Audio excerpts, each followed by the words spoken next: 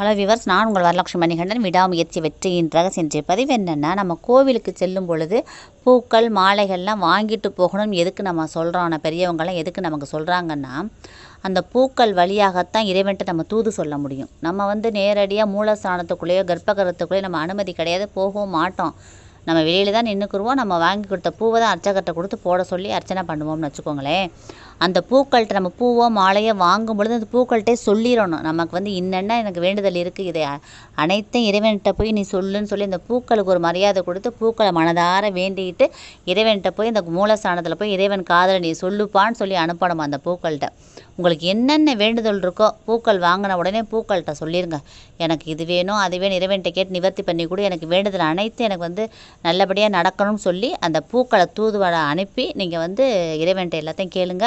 கண்டிப்பாக அந்த பூக்களை இறைவன்கிட்ட சொல்லி உங்களை வேண்டுதல் அனைத்து நிறைவேற்றி கொடுக்கும். Thank you viewers.